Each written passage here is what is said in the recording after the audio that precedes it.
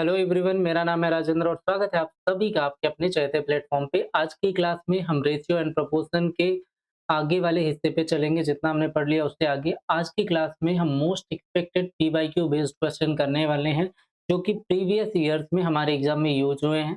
चाहे वो प्रीलिम्स के एग्जाम रहे हों, चाहे वो मेंस का पार्ट रहा हो। अब आप कहेंगे सर मेंस में डायरेक्ट रेशियो के क्वेश्चन कहाँ आते हैं या कहाँ आ सकते हैं?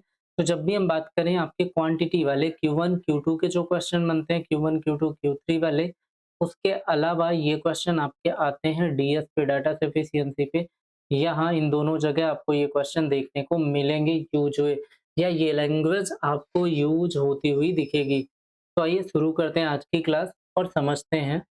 देखिएगा, आज की क्लास में हम इनकम एक्सपेंस वाले क्वेश्चन को डील करने वाले हैं। तो हमें पता है जो इनकम होती है वो क्या होती है? इनकम इक्वल टू होता है expense plus saving. Income equal to होता है एक्सपेंस प्लस सेविंग। ठीक है? तो जैसे ही हम इनकम में चले, इनकम होता है एक्सपेंस प्लस सेविंग। अब देखिएगा, यानी हम कह सकते हैं कि जो इनकम माइनस एक्सपेंस करें तो हमें क्या आना चाहिए? सेविंग आना चाहिए। और जब इनकम में सेविंग घटाएँ तो क्या मिल जाना चाहिए? एक्सपेंस आ जाना चाहिए। यहाँ तक की बातें क्लियर है आप सभी को? ठीक है? अब यहाँ से हम आगे मूव करेंगे। तो आइए क्वेश्चन देखते हैं और इनका एप्लीकेशन समझेंगे। क्वेश्चन कह रहा, पहला क्वेश्चन ध्यान से पढ़ें एक बार, फिर हम सॉल्व करते हैं साथ में।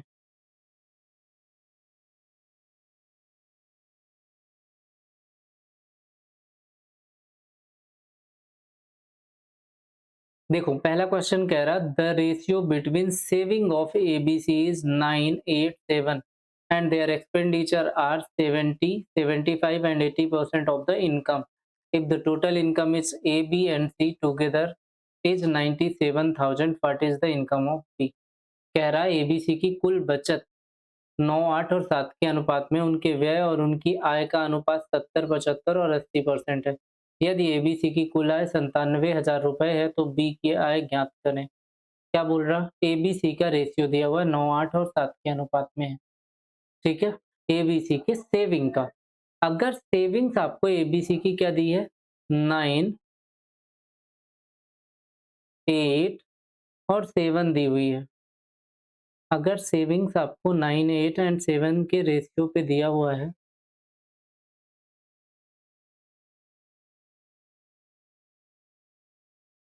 9, 8 और 7 के रेशियो में दिया है।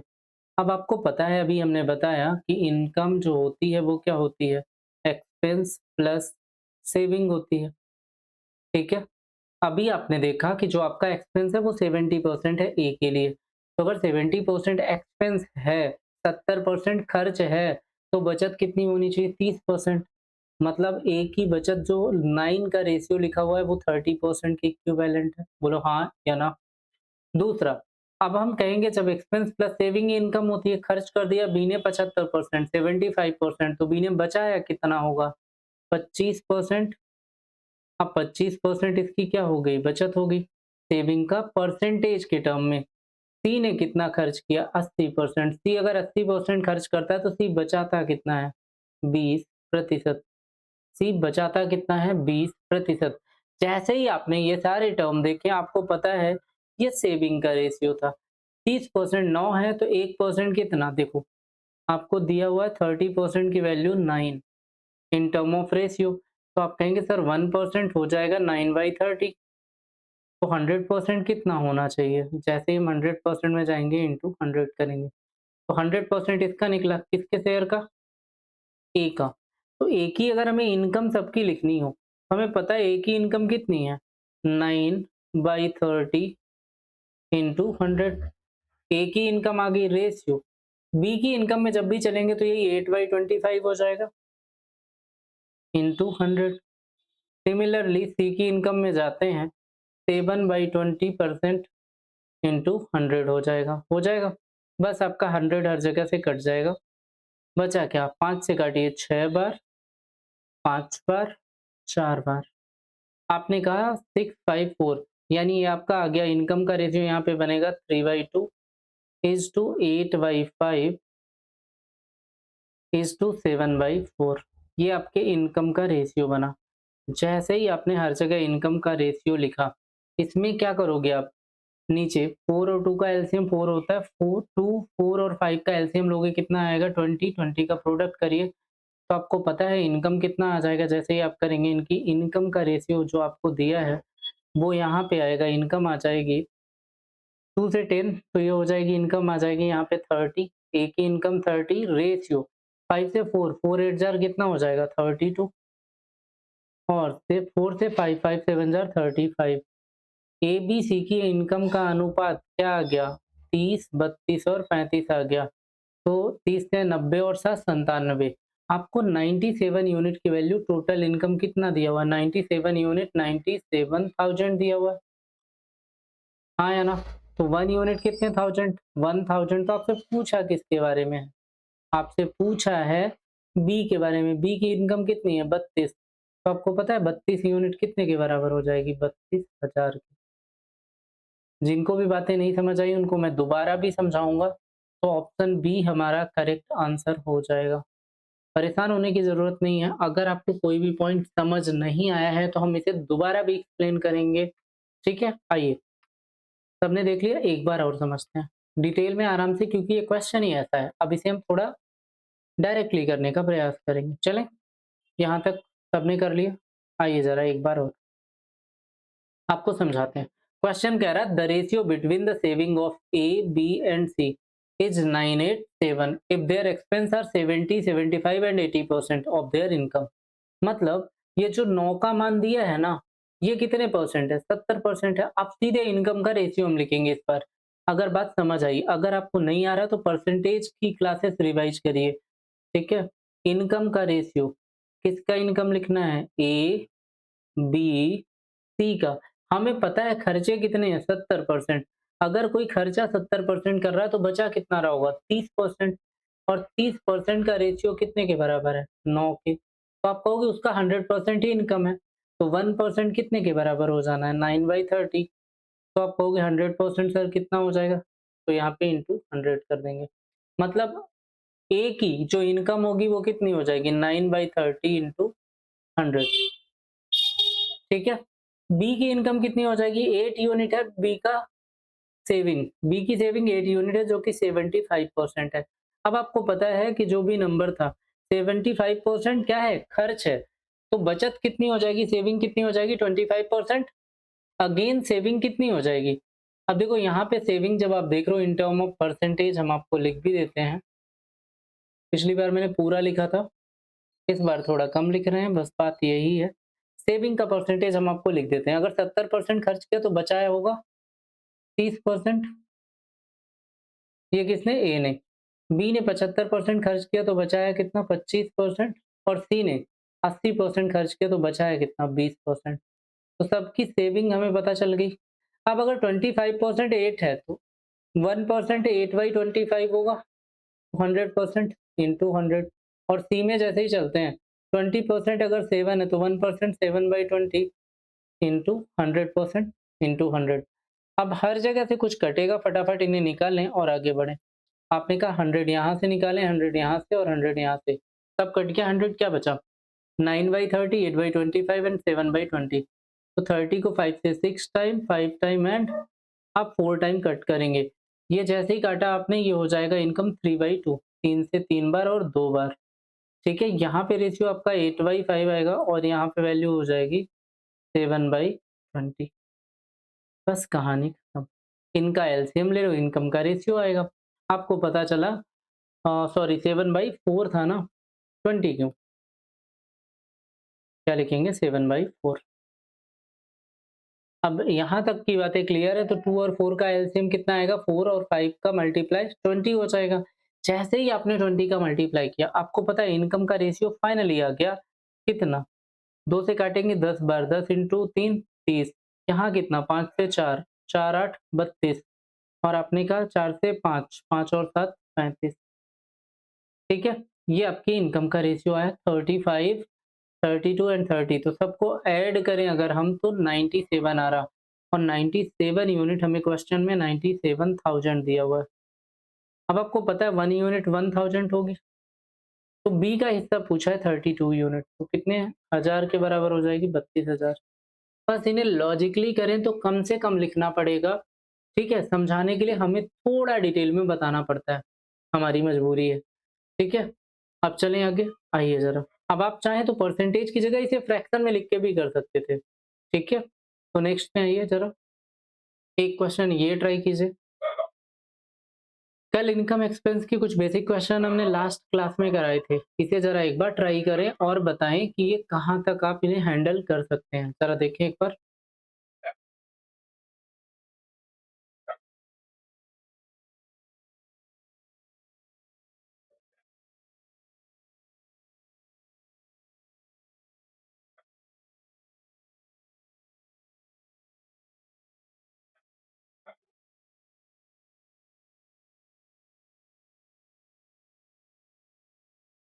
क्वेश्चन कह रहा 1 year ago the ratio between their income A and B is 3:2 and the ratio between individual salary of A and B of the last year to present year is 2:3 and 3:4.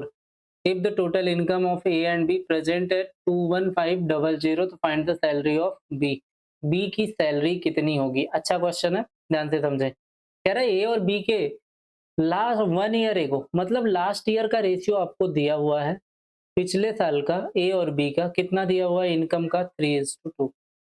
ये ए और B के income का ratio है। किसका ratio है? A B के income का। अभी लास्ट टू प्रेजेंट ईयर ए और बी का ही लास्ट टू प्रेजेंट ईयर का रेशियो दिया हुआ है। लास्ट टू प्रेजेंट ईयर का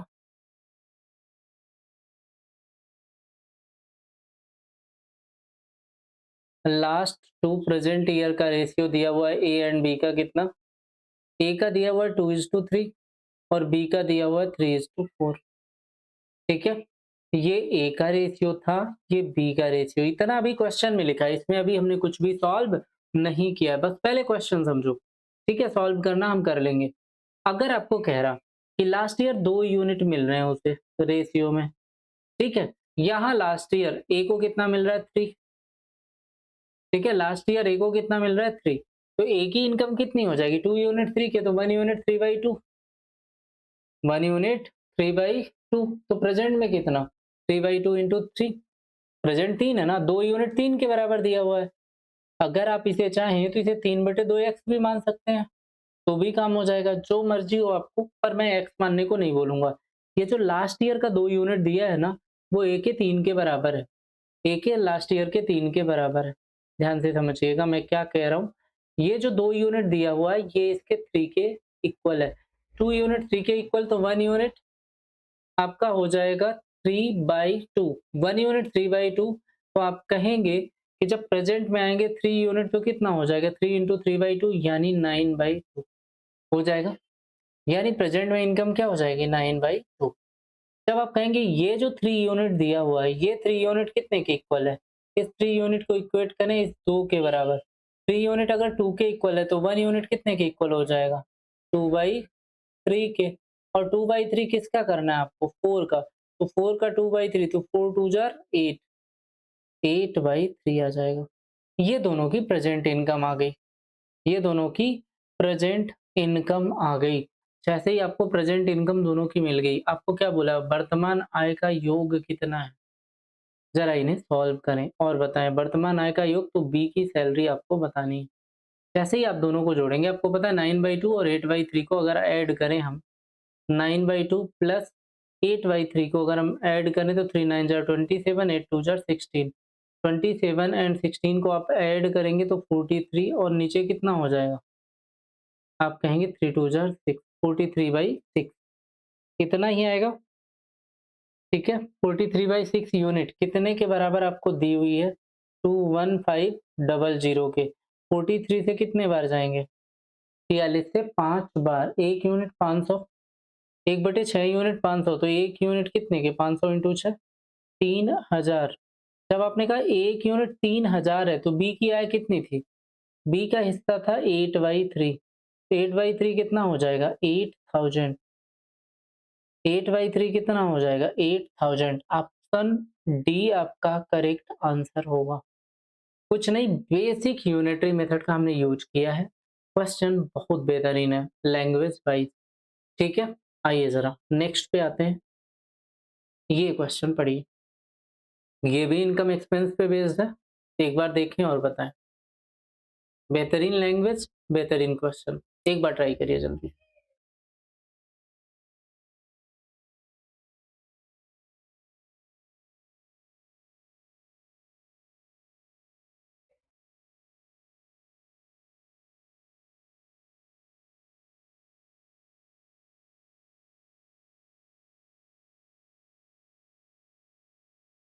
चलें आगे।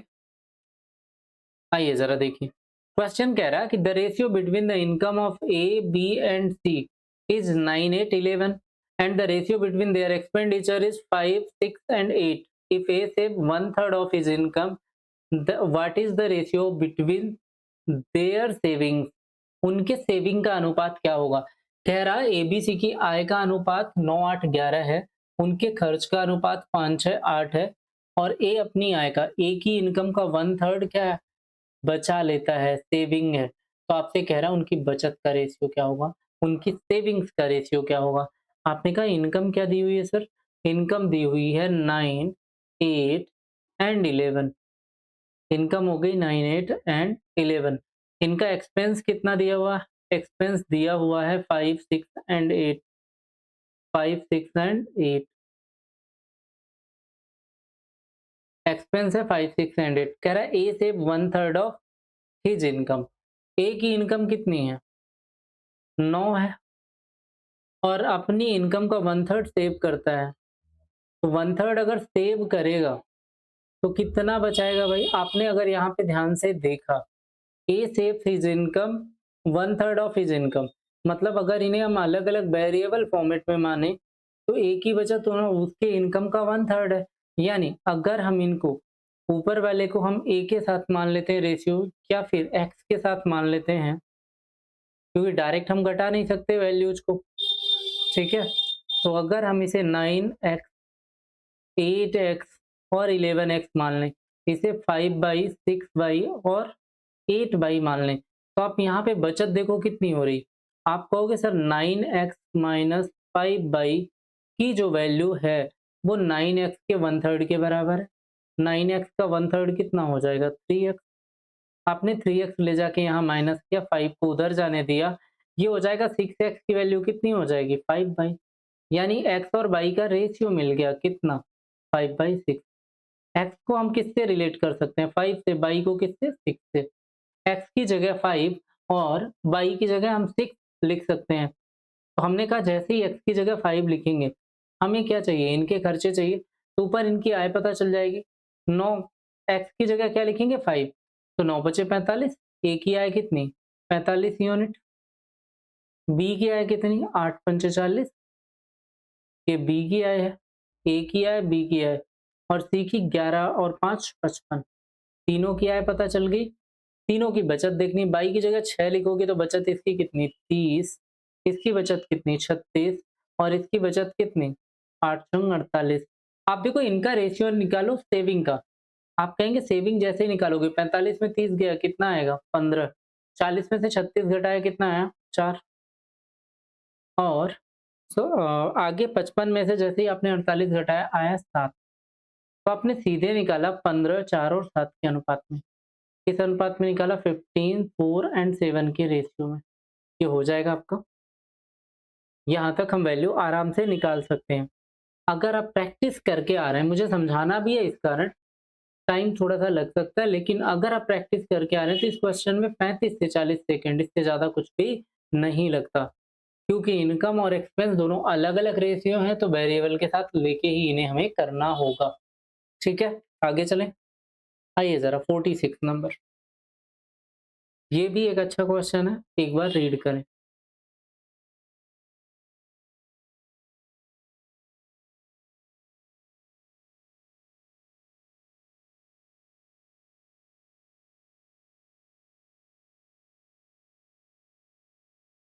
क्वेश्चन कह रहा है the income of A is 2/3 of B's income, the expenditure of A is 3/4 of B's expenditure. If one third of income of B is equal to the expenditure of A, then the ratio of the saving of A to those of B कितना हो जाएगा? कह रहा है income of A is 2/3 of x B's income, मतलब A की income जो है वो बी के इनकम का 2/3 है, तो ए इक्वल टू 2/3 ऑफ बी, यानी ए से बी का अगर रेशियो लिखेंगे तो कितना आ जाएगा? 2/3। क्यों आया? बात क्लियर है ना? देखो भाई सीधी सी बात है, आपको बोला सिर्फ इतना है कि ए की आय बी के आय का 2/3 है ना? तो ए की जो इनकम होगी 2/3 ऑफ बी की इनकम होगी। तो आपने कहा ए की इनकम से बी के इनकम का जब भी रेशियो लिखना होगा तो हम ये 2/3 रहने देंगे, तो ये कितने के बराबर हो जाएगा? 2/3 के। बस इतनी ही बात हमने लिखी थी, जिसे 2 बार लिखना पड़ा आपको समझाने के लिए। क्लियर है? बस इतना ही बोला है। अगर इधर इतना हमने कर लिया तो सेम पॉइंट इधर भी बोला, if 1/3 of income of B is equal to the expenditure of A, 1/3 of income of B. यहाँ पे किसका किसका दिया था? इनकम दिया था। आगे कह रहा है कि expenditure of A is 3/4 of expenditure of B. ये ए की इनकम का रेशियो था। किसका था? इनकम का। एक्सपेंस पे आते हैं। एक्सपेंस की बात क्या की गई है? कह रहा है ए का एक्सपेंस 3/4 ऑफ बी के एक्सपेंस के बराबर है, तो ए बाई बी अगर हम लिख लेते हैं एक्सपेंस में तो कितना हो जाएगा? 3/4 हो जाएगा। इतनी बात क्लियर है? आगे आपको एक और रिलेशन दिया है, कह रहा है if 1/3 of the income of B is equal to the expense of A. Expense of A कितना है? 3 यूनिट है, तो 3 unit 1/3 of income of B के बराबर है। 1/3 ऑफ इनकम ऑफ बी के। आप इन्हें चाहें तो वेरिएबल फॉर्मेट में मान लें कुछ भी। इनकम को हम मान लेते हैं एक्स के साथ और एक्सपेंस को मान लेते हैं वाई के साथ। तो आपने कहा 1/3 ऑफ एक्सपेंस ऑफ बी, जब भी हम जाएंगे इसे 3/, लिखेंगे और इसका 1/3 अगर आप करते हो तो कितना मिलेगा? बाई। और ये किसके इक्वल हो जाएगा? आपको कह रहा ए के व्यय के बराबर है। ओके, ए का खर्च, सॉरी ए का खर्च कितना था? ए का खर्च था 3/, ये बी के 1/3 इनकम के बराबर। बी की इनकम क्या है? 3x, 3x का 1/3 x हो जाएगा 3/, के इक्वल। यहाँ से x/y का आप रेशियो निकालिए, क्या बनेगा? 3/1। और जैसे ही आपको 3/1 आया, आपको पता है x की जगह 3 लिखोगे, y की जगह क्या ले जाओगे? 1। तो x की जगह जैसे ही 3 लिखोगे, कितना हो गया ये? आपने कहा सर ये 6 हो गया और ये 9, यानी इनकम का रेशियो जो था वो इनकम कितनी है? 6:9। एक्सपेंस कितना हो जाएगा? 1 रखते ही 3 और 4। आपसे कह रहा है ए की बचत का बी की बचत से अनुपात। इनकम ए का 6 है, खर्च ए के कितने हैं? 3। 6 में 3 घटाओगे तो सेविंग का, ये इनकम था, ये एक्सपेंस है, तो इनकी सेविंग कितनी आएगी? 6 में 3 घटाओगे कितना आएगा? 3। तो ए की सेविंग कितनी आई? 3।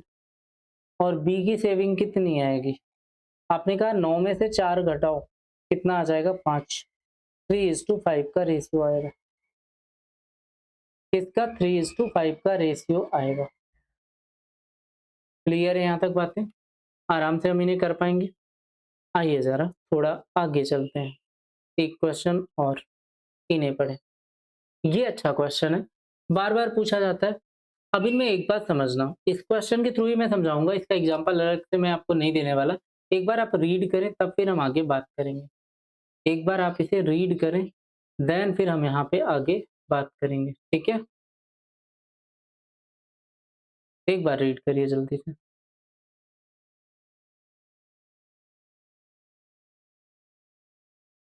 इसे जल्दी निपटाते हैं फिर आगे चलेंगे। कह रहा how many job applicants had applied if the ratio of selected to unselected candidate was 5:3। Selected to unselected candidate का रेशियो 5:3 दिया है। बात समझना, अगर सेलेक्टेड से अनसेलेक्टेड हमारे पास जो दिए हुए हैं वो कितने हैं? 5:3। 5 लोग सेलेक्ट होते हैं, 3 लोग अनसेलेक्ट होते हैं, इतने बोल रहा है, मतलब तो यही हुआ। इफ 60 लेस हैड अप्लाइड, यदि 60 कम लोग अप्लाई करते और 30 कम लोग सेलेक्ट होते, the ratio of selected to unselected have become 9:5। Last का रेशियो कितना हो जाता? 9:5। ऊपर था 5:3, 9:5। अब देखो इसको हम इक्वेशन से भी बना सकते हैं, क्रॉस मल्टीप्लाई से भी बनाएंगे, बट यहाँ पे हम ट्राई करेंगे क्रॉस मल्टीप्लाई का यूज करने का। किसका यूज करेंगे हम लोग? क्रॉस मल्टीप्लाई का यूज करेंगे। हमने जैसे ही क्रॉस मल्टीप्लाई यूज करना चाहा, हमें एक बात बोला हुआ है, इफ 60 लेस हैड अप्लाइड, यदि टोटल जो कम होते हैं ना, अप्लाई ही 60 लोगों ने कम ने किया, अगर 60 लोग अप्लाई ही कम करते तो इसमें से दो चीजें होंगी, जो लोग अप्लाई कर रहे हैं, है ना, अप्लाई वाले जितने लोग हैं, अप्लाई वाले में से सेलेक्टेड प्लस अनसेलेक्टेड दोनों आएंगे, बोले हाँ या ना। अप्लाई वाले में सेलेक्टेड और अनसेलेक्टेड दोनों आएंगे। तो अगर 60 में से आपसे 60 में से कह दे कि 30 लोग कम चुने गए, 30 कम लोग सेलेक्ट हुए, तो सेलेक्टेड में कितने कम हुए? 30। अगर सेलेक्टेड में 30 कम हुए, अनसेलेक्टेड में कितने होने चाहिए कम? 30 इधर से हो गए तो बचा कितना आगे? 30 ये, तो ही तो 60 लोग कम करेंगे ना। अगर 60 कम करना है, 30 सेलेक्टेड में कम हो गए तो अनसेलेक्टेड में कितने घटने चाहिए? 30। तो 30 इधर भी कम करिए और आपके 30 इधर भी कम होंगे। आपने जैसे ही लगाया, यहाँ क्रॉस मल्टीप्लाई कल हमने बताया था, सेम साइन में माइनस करेंगे, याद होना चाहिए। तो 5 इंटू 5 25 और ये 27। आपने जैसे ही देखा, कहा 2 यूनिट की वैल्यू कितने की इक्वल हो जाएगी? 150 और ये 9 30, 9 इंटू 30 270, 270 माइनस 150 होता है 120। तो 1 यूनिट कितने की इक्वल हो जाएगा? 60 के। 1 यूनिट कितने की इक्वल? 60 के। और जैसे ही 1 यूनिट देखा, आपसे कह रहा है टोटल कितने लोगों ने आवेदन किया था, है ना, how many job applicant had applied. तो 538 थे टोटल, सेलेक्टेड और अनसेलेक्टेड दोनों ने अप्लाई किया था। तो 1 यूनिट था 8, तो 8 यूनिट 848 480। कितने उम्मीदवार होने चाहिए? 480। ऑप्शन बी आपका करेक्ट आंसर होगा। ऑप्शन बी आपका करेक्ट आंसर होगा। यहाँ तक की बातें सभी को क्लियर है? आइए आगे चलते हैं। 48 नंबर क्वेश्चन बनाएं, देखें, फिर बात करते हैं। एक बार ट्राई करें, सिमिलर क्वेश्चन है, जल्दी करें।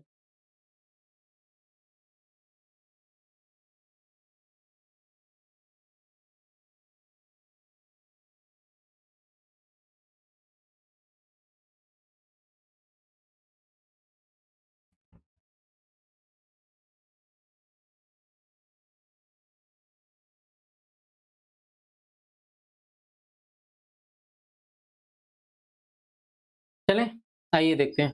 कह रहा है in an examination the ratio of pass to fail candidate is 4:1।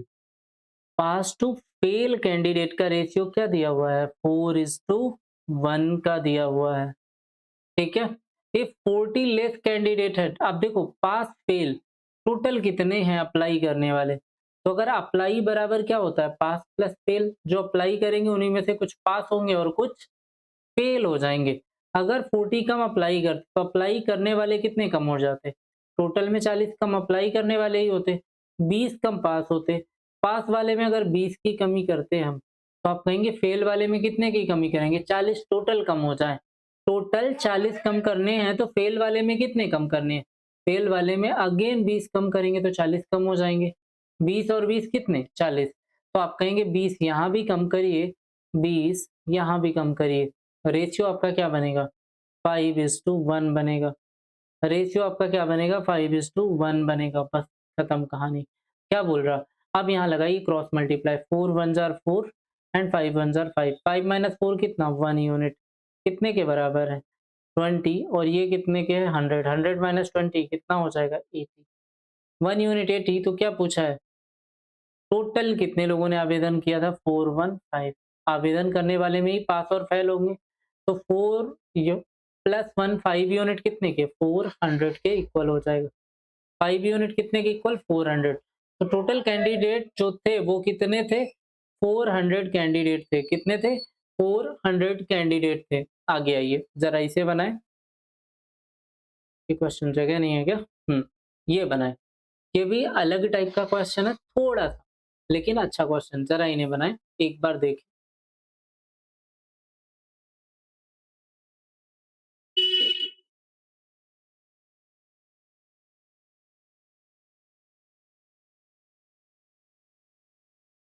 Question कह रहा है cost of diamond varies directly as the square of its weight। ठीक है। A diamond broke into 4 pieces with the weight in the ratio of 1 2 3 4 if the loss in the total values of the diamond was 7000, the price of the original diamond was. हीरे की कीमत उसके वजन के वर्ग के समानुपाती होता है। एक व्यक्ति ने 1 2 3 4 के रेशियो में चीजें मतलब डायमंड को तोड़ दिया, उसे 70,000 का नुकसान हुआ। तो हीरे की शुरुआती कीमत, पहली लाइन ध्यान से पढ़ें, पहले पॉइंट में ही सारा कुछ दिया है। कह रहा है डायमंड की जो कॉस्ट है ना, डायरेक्टली प्रोपोर्शनल टू वेट के स्क्वायर के, यानी प्राइस जो होगी ना, कॉस्ट जो होगी, वो वेट का स्क्वायर का डायरेक्टली प्रोपोर्शनल होगी, मतलब वेट का स्क्वायर होगी, सीधे बोल सकते हैं अपनी भाषा में। ठीक है? तो जैसे ही हम चलेंगे, हमें पता है कि जो कॉस्ट या प्राइस है वो कितनी है, 1 रेशियो 2 रेशियो 3 रेशियो 4, टुकड़ों का स्क्वायर होगा। ओरिजिनल की कितनी होगी? तो 2 1 3 3 6 और 4 10 रहा होगा। ओरिजिनल कितना रहा होगा? 10। तो जैसे ही इनको देखेंगे, प्राइस तो वेट कितना आएगा? प्राइस जो होता है वो कॉस्ट जो होता है वेट का स्क्वायर है। हमने ऊपर कहा ये वेट था हमें दिया हुआ, तो वेट से सीधे हम कहाँ आ जाएंगे? प्राइस पे। तो प्राइस कितनी हो जाएगी? 1 का स्क्वायर 1, 2 का स्क्वायर 4, 3 का स्क्वायर 9 और 4 का स्क्वायर 16 और 10 का स्क्वायर कितना आ जाएगा? 100। ठीक है, 10 का स्क्वायर कितना आ जाएगा? 100। आप देखिए ध्यान से, क्या कह रहा है आपको? कह रहा 1 + 4 5, 5 9 14 एंड 16 30। अगर अभी प्राइस 30 रुपीज है आफ्टर, और जब ये टुकड़ों में बढ़ चुका है ना, डायमंड टुकड़ों में होने के बाद की प्राइस कितनी? 30 और पहले प्राइस कितनी है? 100। तो कितने की कमी आई 30 से 100 जाने के लिए? आप कहेंगे कि 70 की कमी आई। कितने की? 70 की कमी। और 70 की कमी कितने हजार रुपए के बराबर दिया है? 70,000 रुपए के। तो एक यूनिट कितने के? 1000 के, 1000 के इक्वल है। 1 यूनिट जैसे ही 1000 के इक्वल है, आपको पता है इनिशियल प्राइस पूछा 100, तो 100 यूनिट कितने के इक्वल हो जाएगा? 2 जीरो और बढ़ा दीजिए। आपका ऑप्शन ए करेक्ट आंसर हो जाएगा। ऑप्शन ए आपका करेक्ट आंसर हो जाएगा। यहाँ तक की कहानी सभी को क्लियर है? आइए ज़रा आगे चलते हैं। एक और ऐसा ही क्वेश्चन, इसे ट्राई कीजिए।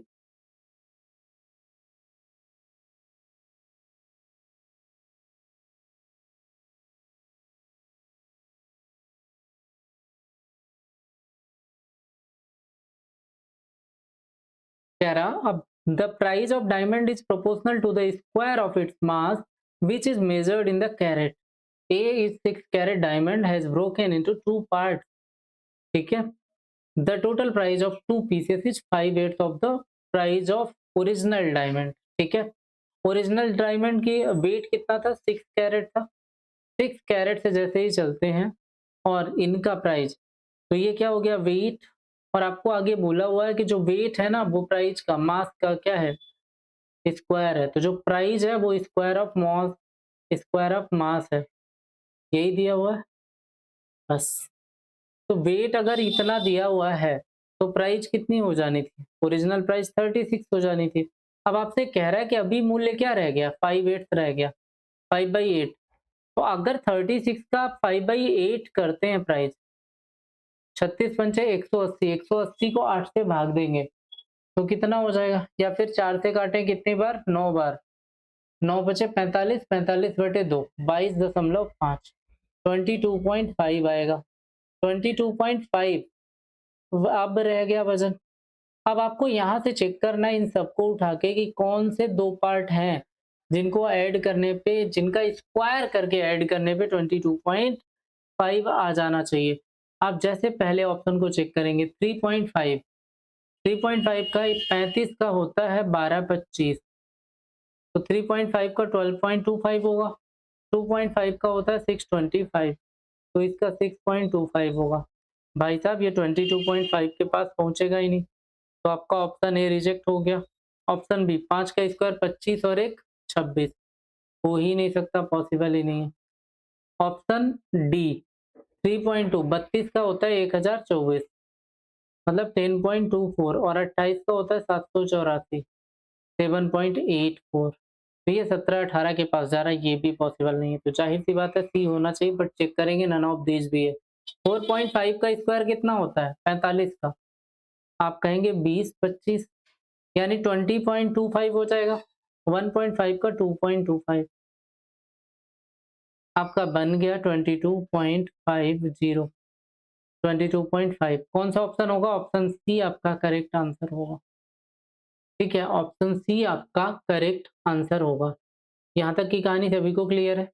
आइए आगे चलते हैं। एक और क्वेश्चन देखिए, इसे बनाए। सेम पैटर्न का क्वेश्चन है, आपसे बन जाना चाहिए, एक बार ट्राई कीजिए। चलिए जल्दी।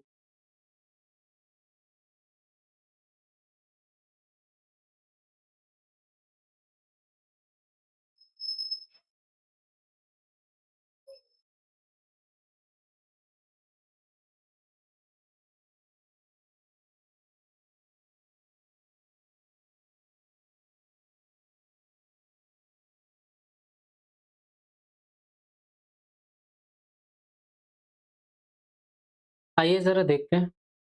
कह रहा the price of gold is directly proportional to the square of its weight. Price जो है वेट के स्क्वायर का डायरेक्टली प्रोपोर्शनल है। ठीक है, a person broke down the gold in 3:1। Gold का टुकड़ों में रेशियो क्या दिया? 3:1 and faces a loss of 46,200। Find the initial price of gold. Gold की इनिशियल प्राइस क्या होगी?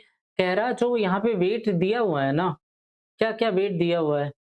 3:2:1 के टुकड़े में हुआ है। ओरिजिनल क्या था? 3:2:5:1 6 रहा होगा। ठीक है, तो जो प्राइस होगी कितनी हो जाएगी? 3 का स्क्वायर 9, 2 का स्क्वायर 4 और 1 का स्क्वायर 1। ये प्राइस आई। यहाँ कितना हो गया? 36। आपने देखा कि प्राइस 9 4 13 1 14, ये 14 प्राइस हो रही जो 36 से कितना कम है, यही लॉस दिखाएगी। 36 से 22 यूनिट कम है। 22 की कमी कितने रुपए के बराबर? 46,200 के। तो 1 यूनिट कितने के? 22 से जाओगे, ये 2 बार 44 और 1 बार 00 2100। 1 यूनिट 2100 के बराबर है। कह रहा सोने की शुरुआती कीमत बताएं। शुरुआती कीमत क्या थी? 36। तो 36 का मल्टीप्लाई दोनों तरफ कर दें। देखते ही 36 दून 72 3 75 और ये 600। 75600 आपका आंसर आएगा। 75600 आपका आंसर हो जाएगा। यहाँ तक की कहानी सभी को क्लियर है? नॉर्मल क्वेश्चन था, एक ही जैसे हमने 3-4 क्वेश्चन देखे हर जगह। चलें जरा इसे बनाएं।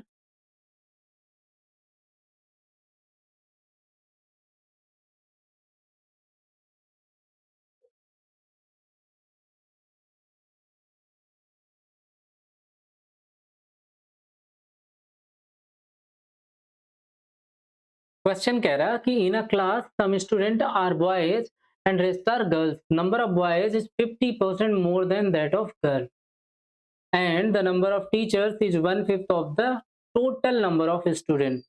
If the difference between number of boys and teacher is 24, then find the total number of student। हमें क्या निकालना है? Total number of student. ध्यान से सुनिएगा मेरी बातें। एक तो बोला है लड़कों का अनुपात 50% ज्यादा है। आपको पता है 50% 1/2 होता है। हमने परसेंटेज पढ़ा दिया और वहां पे बताया था कि अगर इनिशियल वैल्यू 2 है तो फाइनल क्या 2 + 1 इंक्रीज कर रहे 3 हो जाएगी। मतलब बॉयज कितनी हो जाएंगी? अगर गर्ल्स 2 है तो बॉयज 2 में से 1 ज्यादा है, तो बॉय कितने हो जाएंगे? 3 और गर्ल कितनी रह जाएंगी? 2। तो रेशियो क्या मिल जाएगा? 3:2। आगे आपको बोला है the number of teacher is 1/5 of the total number of student. Total number of student 3 और 2 5 हो गए, तो टीचर कितने होने चाहिए? 5 का 1/5 1। टीचर कितने हो गए? 1। ठीक है, टीचर कितने हो गए? 1। आपसे आगे बोला हुआ टोटल नंबर ऑफ स्टूडेंट। इसके बाद if the difference between the number of boys and teacher is 24। Boys कितने हैं? 3। टीचर कितने हैं? 1। 3 में से 1 माइनस करो, कितने आ जाएंगे? 2। 2 यूनिट कितने के इक्वल है? 24 के। 1 यूनिट किसके? 2 के। तो आपने जैसे ही 1 यूनिट देखा, आपसे पूछा गया total number of student in the class 3 + 2 कितने स्टूडेंट हो जाएंगे हमारे पास? टोटल 5। अब ये जो 5 स्टूडेंट है ना हमारे, 3 + 2 5, ये 5 स्टूडेंट कितने के बराबर होंगे? 10। कितने के बराबर हो गए? 10। ठीक है? कुछ दिया है क्या? ओके सॉरी 2 नहीं होगा, यहाँ पे 12 होगा ना? 1 स्टूडेंट 2 यूनिट 24 तो 1 यूनिट क्या हो जाएगा? 12 और 1 यूनिट 12 तो आपने कहा 5 यूनिट कितने के बराबर? 60 के। 5 यूनिट कितने के बराबर है? 60 के। तो टोटल स्टूडेंट कितने आ जाएँगे? 60। टोटल स्टूडेंट कितने आ जाएँगे? 60। ठीक है? आइए ज़रा एक और क्वेश्चन देखिए, इन्हें बनाएँ।